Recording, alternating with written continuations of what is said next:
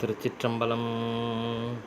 தென்னாடுடைய சிவனே போற்றி, எந்நாட்டவர்க்கும் இறைவா போற்றி. சிவனடியார்கள் திருக்கூட்ட அறக்கட்டளை பட்டுக்கோட்டை சார்பில் சிறப்பாக நடைபெற்று வருகின்ற கதை கதையாம் காரணமாம் என்ற இந்த நிகழ்ச்சி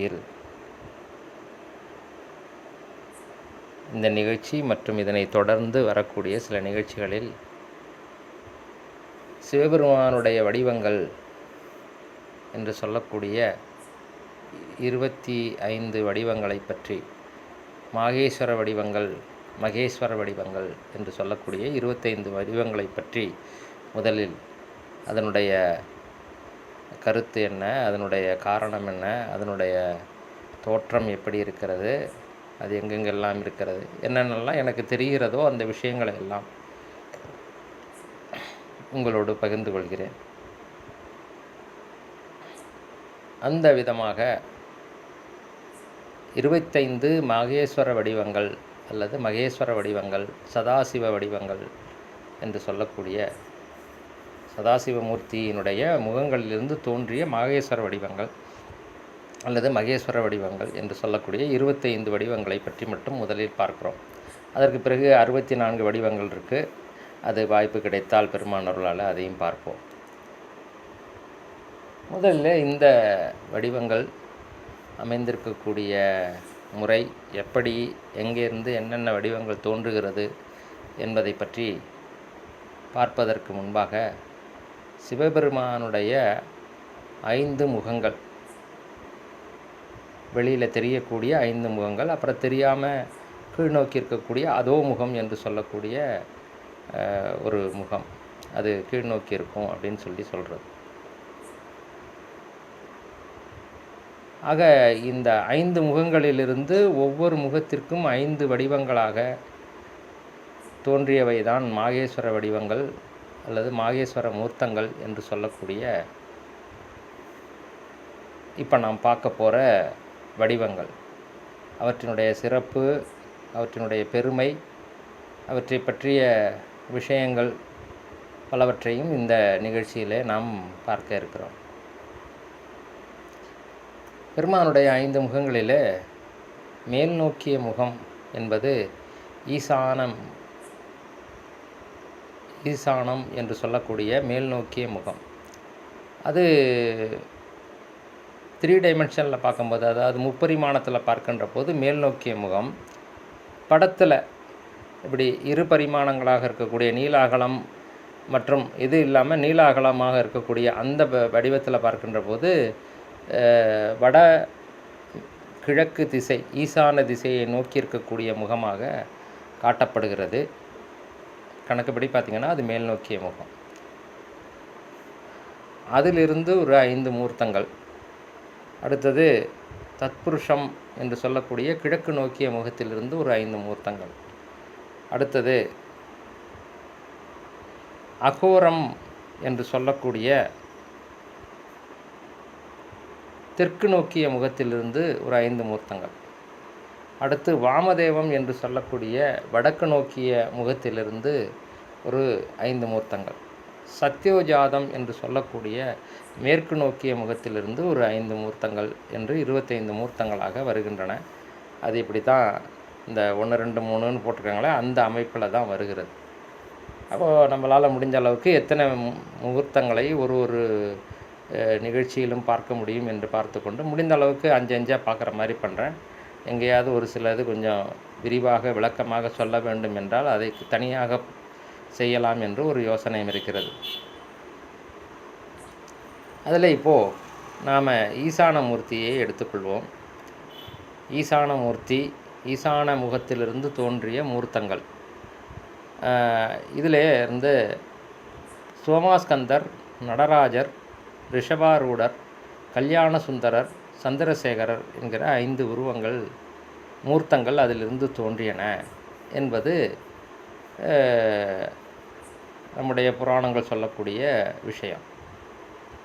அப்போது ஒவ்வொரு முகமும் எதை நோக்கியதாக இருக்கிறது, அது என்ன பெயரோடு இருக்கிறது, அதற்கு உரிய தத்துவத்தை விளக்கக்கூடிய விஷயங்களாக அந்த மூர்த்தங்கள் இருக்கிறது என்பதை அதை பற்றி படிக்கின்ற போது தெரிந்து கொள்ள போது நான் புரிந்து கொண்ட சில விஷயங்கள் அதை இப்போ இது மேல் நோக்கிய முகம் என்கிற காரணத்தினால இந்த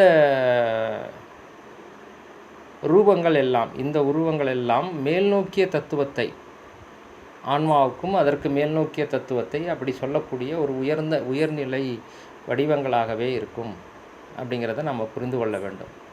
இப்போ அடுத்தடுத்ததாக வரும்போது அதுக்கு சொல்லுவேன் நான், அது எப்படி அந்த முகத்துக்கு என்ன ஒரு தன்மை, அதற்குரிய தத்துவத்தை அது எப்படி விளக்குகிறது என்பதை பற்றியெல்லாம் சொல்லிட்டு வருவேன். அப்போ இது மேல் நோக்கியதுங்கிறனால மேல்நிலை விஷயங்களாகவே இருக்கும். சிவபெருமானாலே மேல் நோக்கிய விஷயங்கள் தான் எல்லாமே.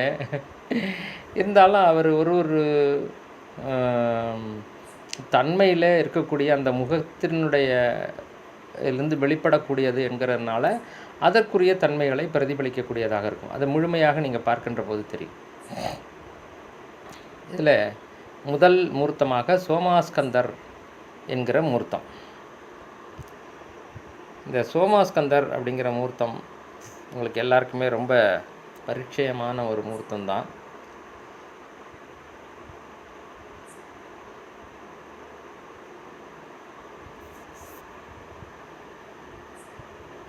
இதை எப்படி சொல்கிறாங்க அப்படின்னா, உமா கந்தர்,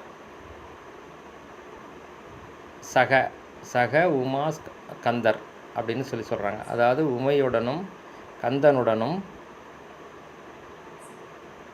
சிவபெருமான் இருக்கக்கூடிய வடிவம். அது அந்த உமா அப்படிங்கும்போது அந்த சாவும் ஊவும் சேருகின்ற போது இச்சி ப்ளஸ் அந்த பக்கம் ஒரு ஊ, ஆனாவும் ஊனாவும் சேர்ந்தால் வரும், வரும். அதனால் சோமாஸ்கந்தர் ஆகுது. சோமாஸ்கந்தர் அப்படின்னு வரும். இது உங்களுக்கு நல்லா தெரிஞ்சது தான், ஏற்கனவே நான் அதை பற்றியும் சொல்லியிருக்கிறேன் நான். அகரமும் உகரமும் சேர்ந்தால் ஓங்காரமாக மாறும், ஓ என்ற எழுத்து வரும். இப்போ உதரம் என்றால் வயிறு, ஒரே வயிற்றில் பிறந்த பிள்ளைங்க, அது உதரன் உதரி, சகோதரன் சகோதரி ஆகுது. அது மாதிரி உமா கந்தர். அப்போது அந்த இடத்துல மட்டும்தான் வருது. அப்படின்னா கூட, உடன் அப்படின்ற அந்த ஒரு அர்த்தத்தில் வரும். சமஸ்கிருதத்தில் அந்த மாதிரி வரும். உமாஸ்கந்தர், அது சேர்க்கும்போது சோமாஸ்கந்தர் ஆகுது. ஓகே, இப்போ பெயருடைய விளக்கத்தை பற்றி தெரிந்து கொண்டோம். இந்த மூர்த்தத்தினுடைய சிறப்பு என்ன என்று பார்த்தோம் என்றால், இது அம்மையப்பராக இருந்து நடுவில் அது கந்தர் என்று சொல்லுகிறார்கள், அது குழந்தையை குறிக்கிறது, அவ்வளோதான். அப்போது சைவ சித்தாந்த அடிப்படையிலே சொல்ல வேண்டுமென்றால், இது சிவபெருமானையும் அம்பிகையும் அவர்கள் இருவரும் குழந்தையாக இருக்கக்கூடிய ஆன்மாக்களாகிய நம்மையும் குறிக்கிறது. இப்போ எனக்கு எப்படி தெரியும் அப்படின்னா, இது அகர உகர மகார சேர்க்கை ஓம் என்ற எழுத்தாக எனக்கு தெரியும். இந்த உருவத்தை பார்த்தால் எனக்கு ஓம் என்ற எழுத்தாக தெரியும். அன்பே சிவம் என்ற தலைப்பிலே நான் பேசிய ஒரு சிவசுவை நிகழ்ச்சியில் நான் பேசின ஒரு இதில் அன்பு அப்படிங்கிறதே எனக்கு சோமாஸ்கந்தர் வடிவமாக தெரிகிறது. என்பது அகரமாகிய சிவபெருமானை குறிக்கிறது. கடைசியில் இருக்கக்கூடிய உகரம் உமையம்மையை குறிக்கிறது. நடுவில் இருக்கக்கூடிய இன்பம், இன்ப இன்ப உ அப்படி தான் பிரியும். இன்ப உ அப்படி தான் பிரியும். அந்த அன்பை பிரித்தோம்னா அப்படி தான் பிரியும்.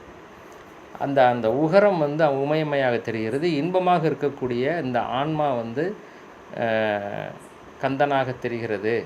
ஆகவே அன்பு என்ற வார்த்தை எனக்கு சோமாஸ்கந்தராக தெரிகிறது என்று நான் அதில் குறிப்பிட்டிருந்தேன். அப்படி பல ரூபங்களிலே பார்க்கின்ற போது இந்த சோமாஸ்கந்தர் உருவம் என்பது நமக்கு சொல்லுகின்ற தத்துவம் என்ன என்றால், தாய் தந்தையர் இருவர் சேர்ந்து ஒரு குழந்தையை பெற்றெடுப்பது எதற்காக? இப்போ ஒரு விவசாயி இருக்கான், தன்னுடைய நிலத்தில் ஒரு கத்திரிக்காய் போடுறான், வெண்டைக்காய் போடுறான், நெல் போடுறான், தக்காளி போடுறான், ஏதோ ஒன்று போடுறான். எதுக்காக? அதை விளைவிச்சு அதை விற்று அதிலிருந்து வரக்கூடிய காசை எடுத்து தான் பயன்படுத்தி கொள்ள வேண்டும் என்பதற்காக. அப்போ ஒரு தாய் தந்தையர் இருவரும் சேர்ந்து ஒரு குழந்தையை பெற்றுக்கொள்வது எதற்காக? நல்லா வளர்த்து ஒரு குறிப்பிட்ட விலைக்கு அதை விற்றுட்டு அந்த காசை வச்சு நம்ம பொழைச்சிக்கலாம், அப்படியா? அதுதான் இல்லை. அந்த மாதிரி எந்த எதிர்பார்ப்புமே கிடையாது. எல்லாவற்றையும் அதற்கு செய்து கொடுத்து அது நல்லா இருந்தால் போகிறோம். எப்படி? இந்த இந்த தத்துவத்தை விளக்கக்கூடிய அற்புதமான ஒரு ஒரு உயர்நிலை மூர்த்தமாகத்தான் எனக்கு தெரிகிறது. அதாவது சிவபெருமானும் அம்பிகையும் சேர்ந்து நம்மை இந்த உலகத்தில் படைத்திருப்பது, இது பண்ணுறதுனுடைய நோக்கம் என்னென்னா, அதுங்க நல்லா இருக்கணும். என் பிள்ளை நான் பட்ட மாதிரி கஷ்டம்லாம் படக்கூடாது, அவன் நல்லா இருக்கணும், நல்லா படித்து நிறையா சம்பாரித்து நல்லா பெரிய ஆளாக வந்து அவனால் முடிஞ்ச அளவுக்கு நிறைய நன்மைகளை செய்து நல்ல பேரும் புகழோட சந்தோஷமாக வாழணும். எப்படி? இதுதான் ஒரு தாய் தந்தையருடைய எண்ணமாக இருக்க வேண்டும். இல்லை, பல பேரை பார்க்கின்ற போது அது மாதிரி தோணலை, கொஞ்சம் சிரிப்பு வருது, வேறு ஒன்றும் இல்லை, தவறாக நினைக்காதீங்க. ஆனால் 90% ஆஃப் அதாவது 90% தாய் தந்தையருடைய விருப்பம் அதுதான், எண்ணம் அதுதான். படித்தவங்களோ படிக்காதவங்களோ யாராக இருந்தாலும் சரி, அவங்களுக்கு என்ன எதனால் குழந்தையாச்சுது என்ன ஏதெல்லாம் தெரியாது, தன்னை அறியாமலே அது மேலே அன்பு செலுத்தி அதை வளர்த்து ஆளாக்கி அதுக்கு எல்லாம் செய்வாங்க. ஏம்மா இப்படி எல்லாம் செய்கிறீங்க, அந்த பிள்ளை இப்படி இதாக இருக்க, எப்படியாவது அவன் நல்லா இருந்துட்டா போகிறோம் சார். எப்படி? அந்த ஒரு தத்துவத்தை தாயும் தந்தையுமாக இருந்து ஈன்றாளுமாய் எந்தையுமாய் எனக்கு உடன் தோன்றினராய் மூன்றாய் உலகம் படைத்துகந்தான் நாவுக்கரசர் பாடுறார்ல, அந்த மாதிரி அந்த ஒரு தத்துவத்தை உணர்த்தக்கூடிய அற்புதமான ஒரு வடிவம்தான் இந்த சோமாஸ்கந்தர் வடிவம். இந்த வடிவம் சந்தான பாக்கியத்தை அருள வல்லது என்று சொல்லுகிறார்கள். இதை பற்றி இங்கே ஒரு அருமையான புஸ்தகம் ஒன்று நம்முடைய திருமந்திரம் ஆசிரியர் அம்மா அவர்கள் இது மாதிரி ஏதாவது பேசுகிறீங்க உங்களுக்கு பயன்படும் அப்படின்னு சொல்லி கொடுத்தாங்க. முனைவர் கி ராசா சிவராஜராசேஸ்வரி ராசா அப்படிங்கிறவங்க வெளியிட்டுள்ள 64 சிவ வடிவங்கள் அப்படின்றதுலேருந்து சில விஷயங்களையும் நான் எடுத்து சொல்லுகிறேன். ஏன்னா அதில் அவங்க நிறைய விஷயங்களை சேகரித்து எழுதியிருக்கிறார்கள். அது உங்களுக்கு பயன்படும் என்று நினைக்கின்ற காரணத்தினால அதிலிருந்தும் எடுத்து நான் சில விஷயங்களை சொல்லுகிறேன். சோமாஸ்கந்தமூர்த்தி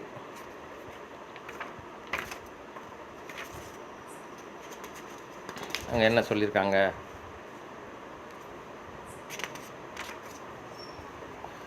உமையும் மகேஸ்வரனும் தம் குழந்தை முருகனுடன் அமர்ந்த கோலத்தில் காட்சி அளிக்கும் வடிவமே சோமாஸ்கந்தமூர்த்தம். இது அவங்களுடைய ஸ்டைலு, அதனால் அதையும் இதையும் போட்டு குழப்பிக்காதீங்க. நான் அனுபவித்தது இப்படித்தான். சோமாஸ்கந்தர் என்றால் என் தந்தையும் தாயுமாக இருக்கக்கூடிய பெருமானும் அவருக்கு நடுவிலே நானும். இதை நம்முடைய திருமந்திரம் அம்மா அவர்கள் ரொம்ப அழகாக சொல்லுவாங்க.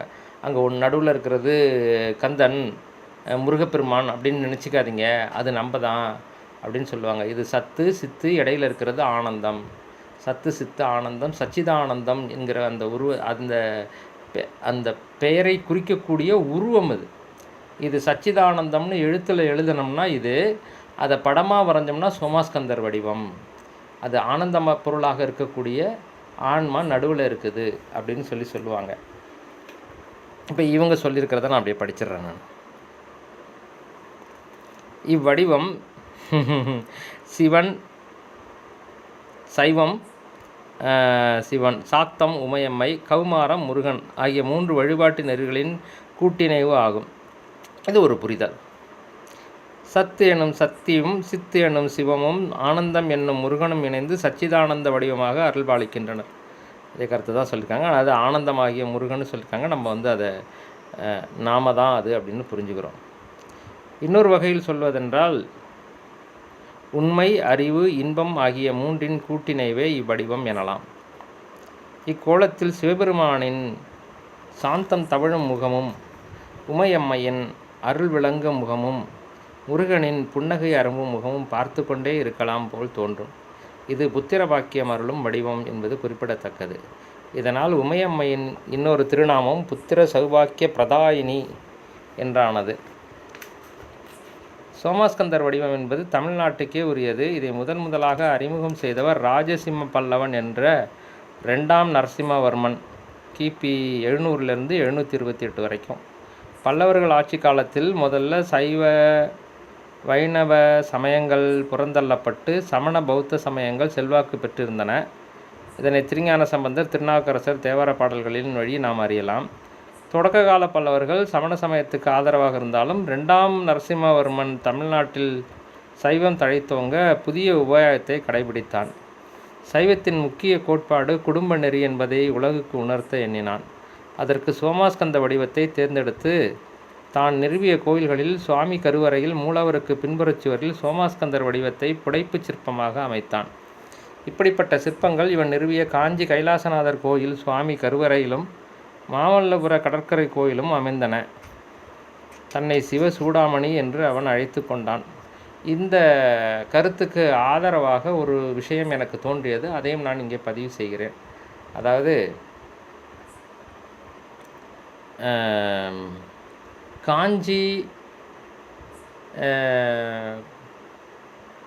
ஏகாம்பரேஸ்வரர் கோவிலில் இருக்கக்கூடிய சோமாஸ்கந்தர் உருவம் மட்டுமே முழுக்க தங்கத்தினால் ஆனது என்றும், அதில் உள்ள தங்கம் திருடப்பட்டு விட்டது என்றும், இவர் நம்ம பொன் மாணிக்கவேலையாவுடைய அந்த டைமில், அவருடைய டைமில் வந்து அது ஒரு விஷயமாக வெளியே வந்தது. நான் கேள்விப்பட்டேன். அது முழுமையாக திருடப்பட்டு விட்டதா, இல்லை அதில் தங்கம் குறைஞ்சிருச்சு அப்படின்னு சொல்லி சொன்னாங்களா, என்ன நடந்ததுன்னு எனக்கு தெரியல. ஆனால் முழுமையான தங்கத்தினால் செய்யப்பட்டது என்ற ஒரு கருத்து ஒன்று வெளிவந்தது. அதை நான் கேள்விப்பட்டிருக்கிறேன். ஆகவே அதிலிருந்து நான் என்ன நினைக்கிறேன்னா, பல்லவர்கள் காலத்தில் அவர் தான் வந்து இந்த வடிவத்தை கொஞ்சம் இன்னும் கொஞ்சம் நல்லா இது பண்ணணும் அப்படின்னு சொல்லி ஊக்குவித்திருக்கிறார் அப்படிங்கிறதை ஏற்றுக்கொள்ளும் வகையில் இருக்கிறது. அப்படிங்கிறதுக்காக நான் அதை சொல்கிறேன். நான் அடுத்தது இவங்க என்ன சொல்கிறாங்கன்னா, மலைகளையும் ஆறுகளையும் கூட நம் முன்னோர்கள் சோமஸ்கந்த வடிவமாக கண்டுள்ளனர். நீலி மலையை உமைய வடிவமாகவும், வெள்ளி மலையை சிவன் உருவாகவும், மருதமலையை முருகன் உருவாகவும் பேரூர் புராணம் காட்டுகிறது. அது எப்படி அமைஞ்சிருக்குன்னு எனக்கு தெரியல. ஆனால் அதை தெரிஞ்சவங்களுக்கு அதை புரிஞ்சுக்கோங்க. அப்படி இல்லைன்னா பார்த்துட்டு சொல்கிறேன் நான். ஆறுகளில் சிவந்த நிறம் கொண்ட கங்கை சிவரூபமாகவும், நீல நிறமுடைய யமுனை உமை ரூபமாகவும், வெண்ணிற சரஸ்வதி முருகன் ரூபமாகவும் தெரிவதாக குமரகுருபரர் திருவாரூர் நால்வர் நான்மணி மாலையில் பாடுகிறார். கந்தபுராணம் இயற்றிய கச்சியப்ப முனிவருக்கு பகலுக்கும் இரவுக்கும் இடைப்பட்ட ரம்மியமான மாலை பொழுதாக சோமாஸ்கந்த முருகன் தோன்றுகிறாராம். நல்லா இருக்குது. அதாவது சோமாஸ்கந்த உருவத்தை எப்படியெல்லாம் பார்த்துருக்கிறார்கள் பெரியவர்கள்ங்கிறத குறிப்பிட்டிருக்காங்க. நல்லாயிருக்கு. 63 நாயன்மார்கள் இறைவனுக்கு பிள்ளைக்கறி சமைக்க துணிந்த சிறு தொண்டருக்கு மட்டுமே இறைவன் தன் பிள்ளையுடன் சோமாஸ்கந்தராக காட்சியளித்தது குறிப்பிடத்தக்கது. விநாயகர், முருகன், சோமாஸ்கந்தர், அம்பிகை, சண்டேசர் ஆகிய பஞ்சமூர்த்தி புறப்பாட்டில் சோமாஸ்கந்தரே தியாகராஜ பெருமானாக எழுந்தருளுகிறார். திருவாரூர், திருநள்ளாறு, திருக்காராயில், திருக்கோளிலி, திருவாய்மூர், திருமறைக்காடு, திருநாகை என்னும் சப்த விடங்க தலங்களில் தியாகராசர் சோமாஸ்கந்தராக எழுந்தருளிருப்பது இம்மூர்த்தத்தின் சிறப்பை குறிப்பதாகும். அப்போ அங்கே தியாகராசரே வந்து சோமாஸ்கந்தராக எழுந்தருளுகிறார் அப்படிங்கிறத சொல்லியிருக்காங்க. வேதாரண்யம் மற்றும் வைத்தீஸ்வரன் கோயில் மூலவர் கருவறையில் மூலமூர்த்திக்கு பின்னால் சோமாஸ்கந்தர் எழுந்தருளியுள்ளார். அது நான் பார்த்துருக்கேன். வேதாரண்யத்தில் சுவாமி ரொம்ப அழகாக இதாக இருப்பார். ஒரு நிமிஷம், இங்கே இருக்கிறாரு, இருக்க. இதுதான் வந்து திருமறைக்காட்டில் இருக்கக்கூடிய கோலம். சோமாஸ்கந்தர் வடிவத்தில் ரொம்ப அற்புதமாக சுவாமி அங்கே எழுந்தருளியிருப்பார். பெரும்பாலான சிவாலயங்களில் சுவாமி கருவறையின் வலது பக்கம் சோமாஸ்கந்தர் சன்னதி அமைந்திருக்கும். அவ்வடிவத்தில் சிவபெருமான் இடது காலை மடித்து வலது காலை தொங்கவிட்டு இடது காலை மடித்து அபயவரதஹஸ்தம் காட்டி பின்னிரு கைகளில் மான்மழு ஏந்தி சுகாசன நிலையில் வீற்றிருப்பார். இடப்புறம் உமையம்மை இடது காலை தொங்கவிட்டு வலது காலை மடித்து, அது இதனுடைய நுணுக்கம் நான் ஏற்கனவே நம்ம நாடி அதை நாடி அப்படிங்கிற அந்த சிவசுவை நிகழ்ச்சியில் சொல்லியிருக்கிறேன். அதை வேணுன்னா நீங்கள் அப்புறமா பார்க்கலாம். அமர்ந்திருப்பார். வலது கரத்தில் குவளை மலரையும் ஏந்தி இடது கரத்தை தொடை மீது ஊன்றியும் வீற்றிருப்பார். இருவருக்கும் இடையில் குழந்தை முருகன்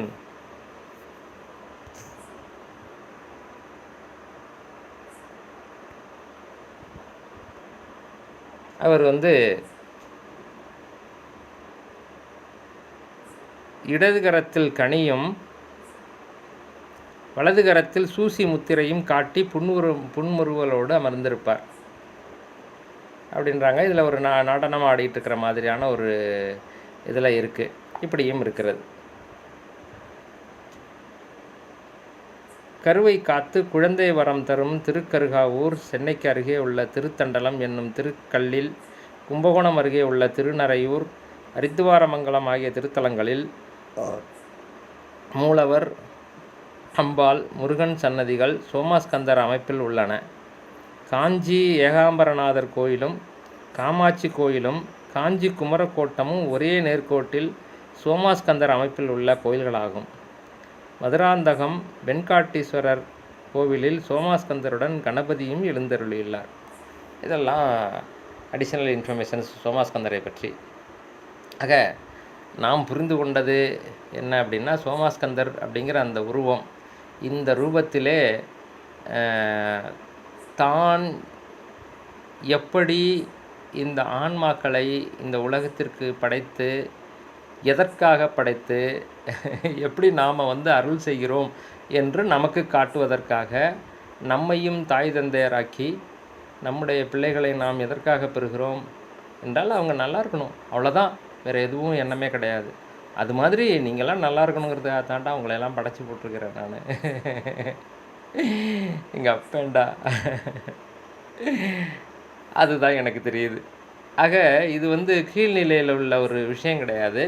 மேல்நிலையில் இந்த ஆன்ம தத்துவத்தை அழகாக விளக்கக்கூடிய அற்புதமான ஒரு உருவமாக இருந்தாலும், நம்முடைய லௌகீக வாழ்க்கையில் திருமணமானவர்கள், அவர்களுக்கு கொஞ்சம் குழந்தை வாய்ப்புகள் இல்லாமல் இருக்கிறது என்றால், இந்த திருமேனியை, இந்த திரு உருவத்தை தொடர்ந்து வணங்கி குழந்தை வரம் வேண்டி அவர்கள் பஞ்சாட்சர மந்திரத்தை சொல்லி, ஒரு அஷ்டபுஷ்ப போற்றிகளை சொல்லி, பெருமானே எனக்கும் ஒரு குழந்தையை தந்தருள வேண்டும், அதனுடைய உண்மையை நானும் உணர்ந்து கொள்ள வேண்டும் என்கிற ஒரு உயர்ந்த எண்ணத்தோடு அவரை வணங்கி வந்தால் அவர்களுக்கு உத்தரவாக்கியம் கிடைக்கும் என்பது ஐதீகம் மட்டுமல்ல, அன்றாடம் நம்முடைய வாழ்க்கையிலே காணக்கூடிய ஒரு நிகழ்வாகவும் இருக்கிறது.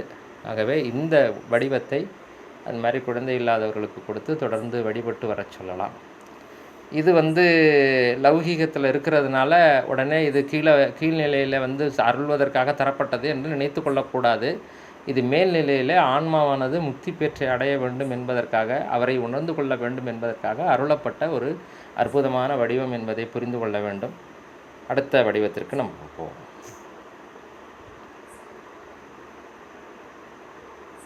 அடுத்த வடிவம் நடராஜர் வடிவம். இந்த நடராஜர் வடிவத்தை பற்றி நிறைய சொல்ல வேண்டியிருக்கிறது. ஆகையினால் இதை தனியாக ஒரு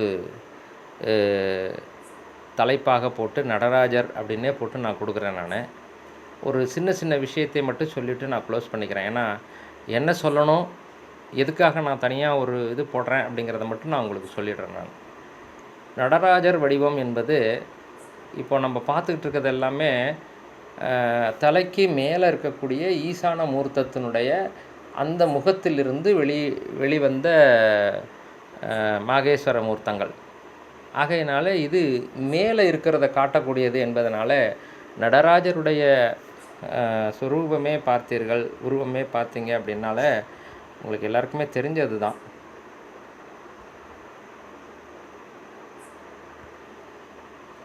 இது காஸ்மிக் டான்ஸ் என்று ஆங்கிலத்தில் சொல்லுவார்கள். பிரபஞ்ச நடனம் என்று தமிழில் அது தமிழா சமஸ்கிருதமா ஏதோ ஒன்று.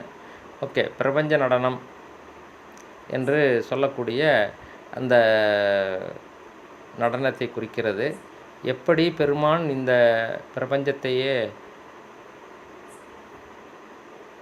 ஆட்டுவித்து தான் ஆடிக்கொண்டிருக்கின்ற காரணத்தினாலே இவற்றை எல்லாம் ஆட்டுவிக்கிறார் அப்படிங்கிற அந்த ஒரு அற்புதமான தத்துவத்தை குறிக்கக்கூடியது. இதில் சொல்லணுன்னா நிறைய தாண்டவங்கள் இருக்குது. முதல்ல தில்லையில் ஆடிய நடனம், அடுத்தது மதுரையில் கால்மாரி ஆடியது, அடுத்தது ஆலங்காட்டில் ஊர்த்துவ நடனம், அப்புறம் இன்னும் நிறைய விஷயங்களை சொல்லுகிறார்கள். அதையும் நம்ம சொல்லி குறிப்பிட்டு சொல்லணும். இந்த நடனத்தையே, இந்த நடராஜருடைய சிதம்பரத்தில் ஆடி இருக்கிற இதையே வச்சு இதில் ஞான நடனம் ஊன நடனம் அப்படின்னு சொல்லிட்டு 2 விஷயத்தை நம்ம சைவ சித்தாந்தத்தில் பார்க்க போகிறோம். அதை பற்றியும் கொஞ்சம் சொல்லலாம். அதில் இந்த பஞ்சாட்சர மந்திரமானது எப்படி வருகிறது என்கிறதை பற்றி ஒரு சில குறிப்புகள் எல்லாம் வருகிறது. அதையெல்லாம் இதில் சொல்லலாம். ஆகவே தான் நிறைய சொல்ல வேண்டும் என்பதற்காக இதனை தனி ஒரு தலைப்பாக போட்டு நடராஜ தத்துவத்தை அடியேன் சிற்றறிவுக்கு எட்டிய மாதிரி தரலாம் என்று இருக்கிறேன். ஆகையினால் இதை தனியாக தருகிறேன். அடுத்ததாக 3வது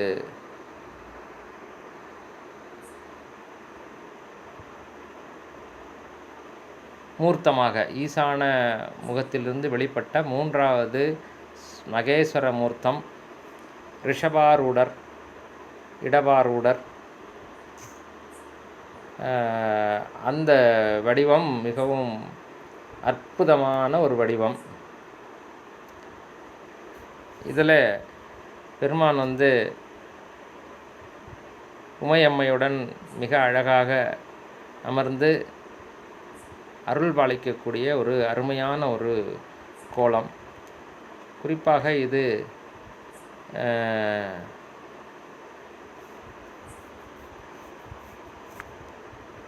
தோற்றம் என்று சொல்லக்கூடிய அந்த நிலையை குறிக்கக்கூடியது, எல்லாவற்றையும் தோற்றுவிக்கக்கூடிய நிலையை குறிக்கக்கூடியது என்று சொல்லுவார்கள்.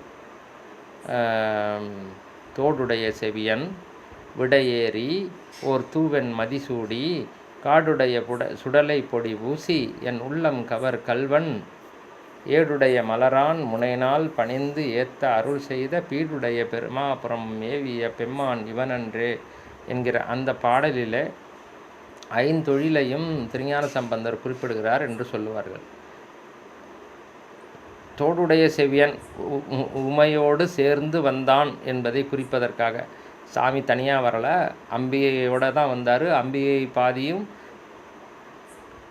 தான் பாதியுமாகத்தான் வந்தார் அப்படிங்கிறத குறிப்பிடுறதுக்காக. எப்படி வந்தார்னா விடையேறி, இது தோற்றத்தை குறிப்பது, அதாவது படைத்தலை குறிப்பது என்று சொல்லுவார்கள். அடுத்தது தூவன் மதிசூடி என்பது காத்தலை குறிக்கிறது. சந்திரன் அழிந்து போகக்கூடிய நிலையிலே காலில் விழுந்தான், அவனை தூக்கி தலையில் சூடி கொண்டார். ஆகையினால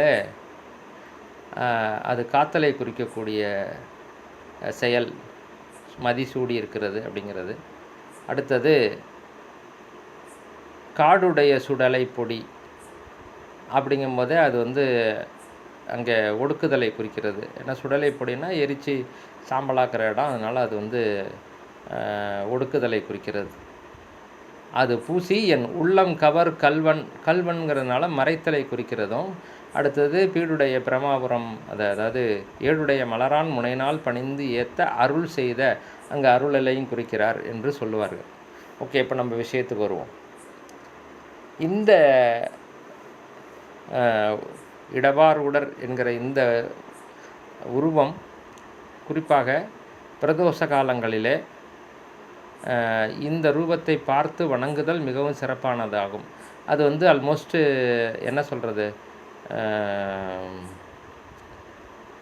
விஷத்தினால எல்லாமே அழிந்து போகக்கூடிய ஒரு நிலை வந்தது. அதன் எல்லா விஷத்தையும் தான் உண்டு அவர்களை காத்தருளிய நிலையில் அது கிட்டத்தட்ட அதை படைக்கக்கூடிய ஒரு நிலையை குறிக்கக்கூடியதாக இருக்கிறது. அதாவது உருவாக்குதல் அப்படிங்கிறது.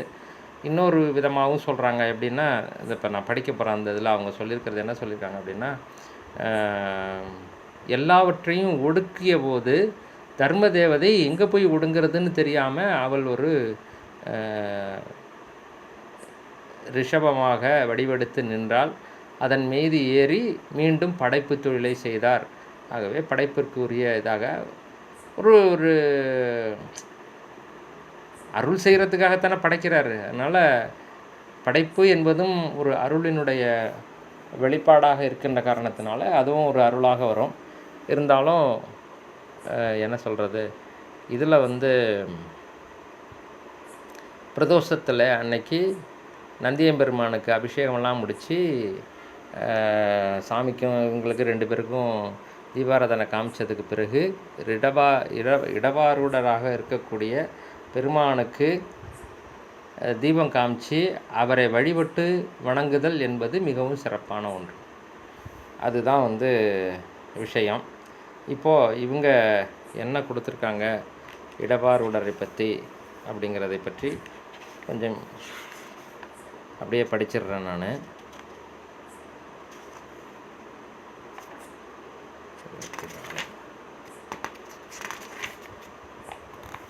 ரிஷபத்தை வாகனமாக உடைய சிவபெருமான் இடபாரூடர் எனப்படுகிறார். இதில் நல்லா கவனிக்க வேண்டிய ஒரு விஷயத்தை மட்டும் நான் சொல்லிடுறேன். நான் அதையும் குறிப்பிட்டிருக்காங்க. அதாவது ரிஷபத்தின் மேல் பெருமானும் பெருமாட்டியும் அமர்ந்து வரக்கூடிய இந்த உருவத்திற்கு பேர் ரிஷபாரூடர் என்றும் வருது. அவர் ரிஷபனிக்கும் இவர் சும்மா நின்றுட்டுருப்பார், பக்கத்தில் நின்றுட்டுருப்பார். அந்த மாதிரியான ஒரு உருவத்துக்கு ரிஷபாந்திகர் அப்படின்னும் பேர். அதனால்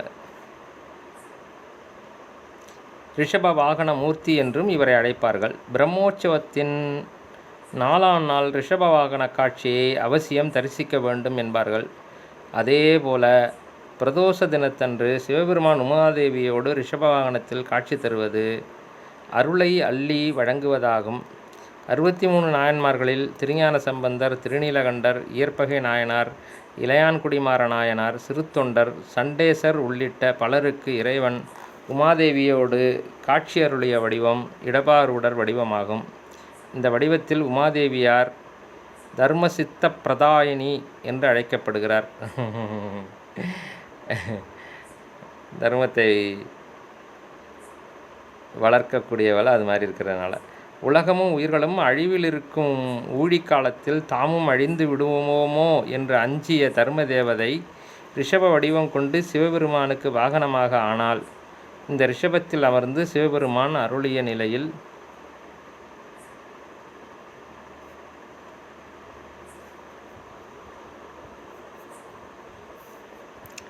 ரிஷபாந்திகமூர்த்தி எனப்படுகிறார். ஓகே. சிவபெருமான் முப்புறம் எரிக்க சென்றபோது திருமால் ரிஷப வடிவம் கொண்டு அவரை தாங்கினார் என்று முப்புறம் எரித்த வரலாறு சொல்லுகிறது. அதை நம்ம ஏற்கனவே பார்த்துருக்குறோம். சிவபெருமான் இவ்வடிவத்தில் பின் 2 கரங்களில் மான்மழு தாங்கி இடப்பக்கம் உமையோடு அமர்ந்த கோலத்தில் இருந்தால் ரிஷபாரூடர் என்றும், ரிஷபத்தின் அருகில் நின்றிருந்தார் ரிஷபாந்திகர் என்றும் அழைக்கப்படுகிறார். சிவன் நின்ற கோலத்தில் வலக்கால் நேராகவும் இடக்கால் சற்று வளைந்தும் இருக்கும். முன் வலது கரத்தில் வச்சிராயுதமும் பின் வலது கரத்தில் மழுவும் இருக்கும். இடது கரத்தில் மானை தாங்கியிருப்பார். தலையில் சடாமகுடம் மிளிரும். அருகில் உமாதேவியின் வலது கரம் சற்று வளைந்து நீலோத்பல மலரை பிடித்திருக்கும். இடது கரம் கீழே தவழும். திருவெண்காடு, வேதாரண்யம், திருவாவடுதுறை, திருவாலீசரம், நெல்லை, திருநெல்வேலி, திரைலோக்கி, தஞ்சாவூர் ஆகிய தலங்களில் ரிஷபாரூடரை கல் வடிவத்தில் தரிசிக்கலாம். திருவிடைமருதூருக்கு அருகில் ஈசான்ய திசையில் திருலோக்கி தலம் இருக்கிறது. ராஜராஜ சோழனின் மனைவியருள் ஒருத்தியாகிய திருலோக்கிய மகாதேவி இங்கு கோயில் கட்டினாள். இதனால் இவ்வூர் திருலோக்கி எனப்படுகிறது. தனக்கு ஏற்பட்ட சாபத்தால் தேவகுரு வியாழ பகவான் பேசும் திறனை இழந்தார். அதனை மீண்டும் பெறுவதற்கு அவர் இங்கு வந்து சிவனை நோக்கி சரக்கொன்றை மரத்தின் கீழ் தவமிருந்தார். ஒரு மார்கழி மாத திருவாதிரை நாளில் சிவபெருமான் உமாதேவியுடன் ரிஷப வாகனத்தில் வந்து வியாழ பகவானுக்கு காட்சி தந்து சாபத்தை நீக்கினார். இங்குள்ள சுவாமி சன்னதியின் ரிஷபாரூடருக்கு அருகில் கூப்பிய கைகளுடன் வியாழ பகவான் காட்சி தருவதை தரிசிக்கலாம். இதெல்லாம் இந்த திரைலோக்கியில் சொல்லிகிட்ருக்காங்க. எதிரில் ரதியும் மன்மதனும் அணைந்த நிலையில் உள்ளதும் ஒரு சிறப்பு ஆகும். தம்பதியுடன் இத்தலத்திற்கு வந்து வணங்குபவர்களுக்கு எல்லா அருளும் கிட்டும் என்பதில் ஐயமில்லை. மதுரைக்கு அருகே சாமநத்தம் வழியாக நெடுங்குளம் செல்லும் மாநில நெடுஞ்சாலையில் உள்ள விராதனூர் அழுதகண்ணீர் ஆற்றிய பெருமான் கோயிலிலும் இடபாரூடரை மூலவராக காணலாம். ரொம்ப அற்புதமான ஒரு தலமாக இருக்குது. அங்கே மூலவரே வந்து இடபாரூடராக இருக்கிறது ரொம்ப சிறப்பாக இருக்குது. இங்கு திருமாலை இடப வாகனமாக இருப்பதால் சிவன், சக்தி, விஷ்ணு மூவரையும் சன்னதியில் ஒரு சேர தரிசிக்கலாம். பிரதோஷத்தன்று இடபாரூடருக்கு அபிடேகம் செய்வது இத்தலத்தின் சிறப்பு ஆகும். உண்மையிலே பெரிய பாக்கியம் அந்த கோயிலுக்கு போனால். திருமாலே ரிஷப வாகனமாக அமைந்தார் என்பதை மால்விடை ஒன்றூர்ந்தான் என்றும் செங்கன்மால் ஏற்றினான் என்றும் தேவாரம் குறிப்பிடுகிறது. ஏற்கனவே பார்த்துருக்குறோம். இதில் திருவாசகத்தில் சொல்லியிருப்பார்,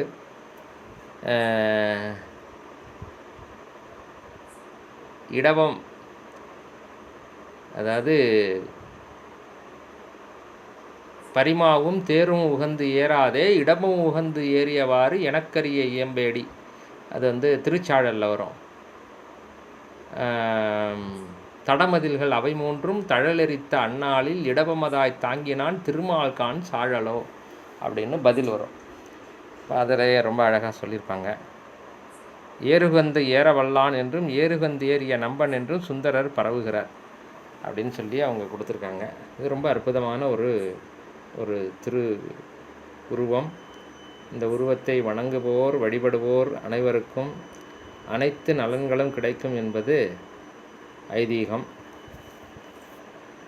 என்று சொல்லி இந்த மாகேஸ்வர மூர்த்தங்களை இடபாரூடரை நிறைவு செய்து அடுத்த மூர்த்தத்தை பற்றி பார்க்க போகிறோம்.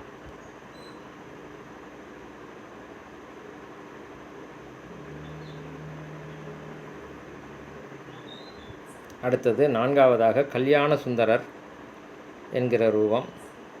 ரொம்ப அற்புதமான ஒரு ரூபம். அதை பற்றி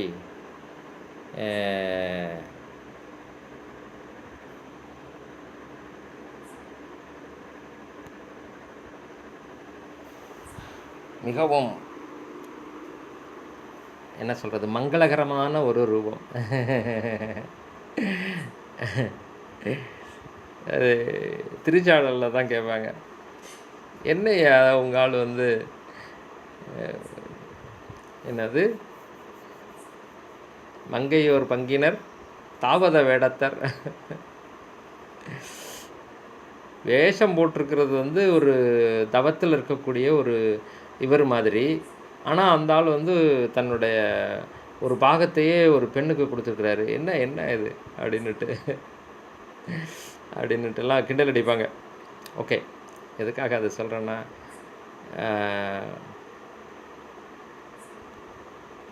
யார் நம்ம இவர் கைலை துரைசாமி ஐயா தான் கேட்டார்னு நினைக்கிறேன். ஒரு இதில் பேசும்போது கேட்டார், நாம் திருநீரை அணிந்து கொள்ள வேண்டும், ஏனென்றால் மந்திரமாவது நீர், வானவர் மேலது நீர், சுந்தரமாவது நீர், துதிக்கப்படுவது நீர் அப்படின்னு சொல்லிட்டு அப்படி ஒரு பெருமை வாய்ந்தது என்பதற்காக நாம் அணிந்து கொள்ளுகிறோம். நம்முடைய உடல் பிணிகள் எல்லாம் தீர வேண்டும் என்பதற்காக நாம் அதை அணிந்து கொள்கிறோம். நமக்கு அது இந்த மாயப்படை வாராமல் நம்மை காக்க வேண்டும் என்பதற்காக ஒரு கவசமாக இந்த திருநீரை அணிந்து கொள்கிறோம். ஆனால் சிவபெருமான் எதற்காக அணிந்து கொள்கிறார் திருநீரை அப்படின்னு ஒரு கேள்வியை கேட்டார். அதனுடைய விளக்கத்தையும் அவரே சொன்னார். ஏன்னா அவரை பார்த்து நம்மளும் வந்து அந்த திருநீரை அணிந்து கொள்ள வேண்டும் என்பதற்காக. ஆக இதில் என்ன கேட்பாங்க அப்படின்னா, திருச்சாடலில் ஒரு கேள்வி ஒன்று வரும்.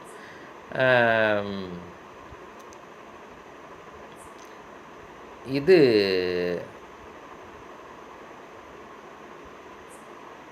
பெரும்பித்தன் காணேடி,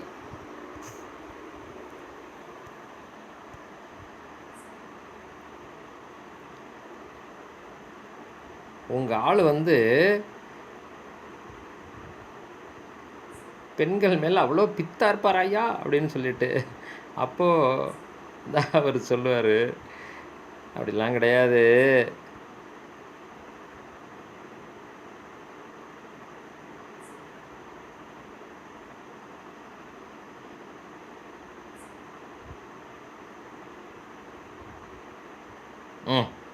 தென்பால் உகந்தாடும் தில்லை சிற்றம்பலவன் பெண்பால் உகந்தான் பெரும்பித்தன் காணேடி.